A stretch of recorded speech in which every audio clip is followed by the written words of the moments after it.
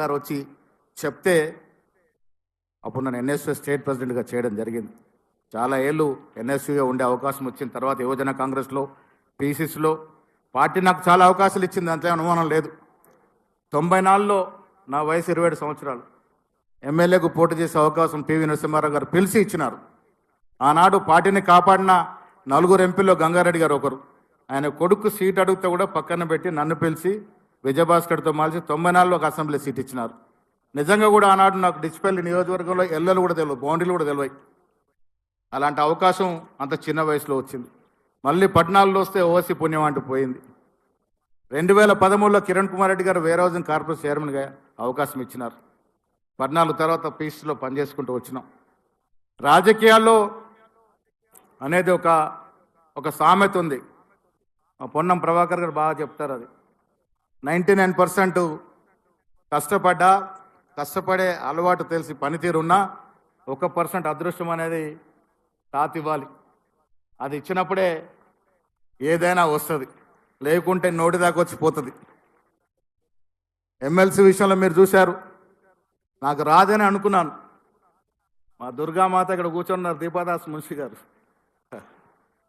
ఆనాడు రాత్రి రేవంత్ రెడ్డి గారితో మాట్లాడి, రేవంత్ రెడ్డి గారు ముందు నుంచి నాకేం అభ్యంతరం లేదు, 3వ పేరు అక్కడి నుంచి వచ్చింది కాబట్టి మీరు నిర్ణయం తీసుకోండి, మహేష్ విషయంలో నాకెలాంటి ఇది లేదని.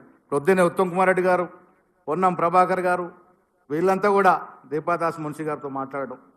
సో రాజకీయాల్లో నేను ఎందుకు చెప్తాను అంటే నోటి దాకా వచ్చి పోయిన సందర్భాలు కూడా చాలా ఉంటాయి, కానీ ఎప్పుడు కూడా చలించలే, వెనక్కి పోలే.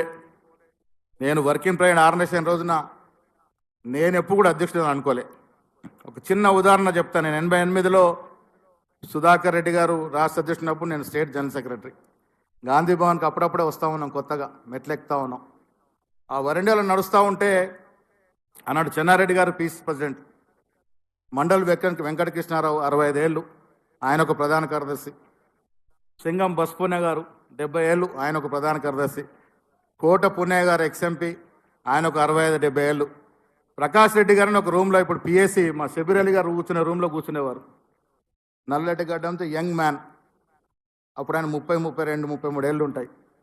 సో కుమార్ రావు గారు లాంటి అడిగాం, ఏంది ఇంత చిన్న వయసులో ప్రధాన కార్యదర్శి కాలిగినారు, ఏ విధంగా సాధ్యమైందని.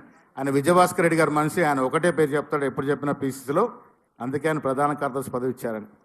నేను మా జిల్లా నాయకులతో అన్నాను, ఏదో ఒక రోజు అదృష్టం ఉంటే మనం కూడా రాష్ట్రానికి ప్రధాన కార్యదర్శి కావాలి, ఈ సీట్లో కూర్చోవాలి అని దేవుడి సాక్షికి చెప్తా ఉన్నాను. ఆనాడు మా మిత్రులతో అన్నాను, ప్రకాష్ రెడ్డి లాగా ఏదో ఒక రోజు ప్రధాన కార్యదర్శి పదవి రావాలి, పీసీసీకి ఈ సీట్లో కూర్చోవాలనుకున్నాను.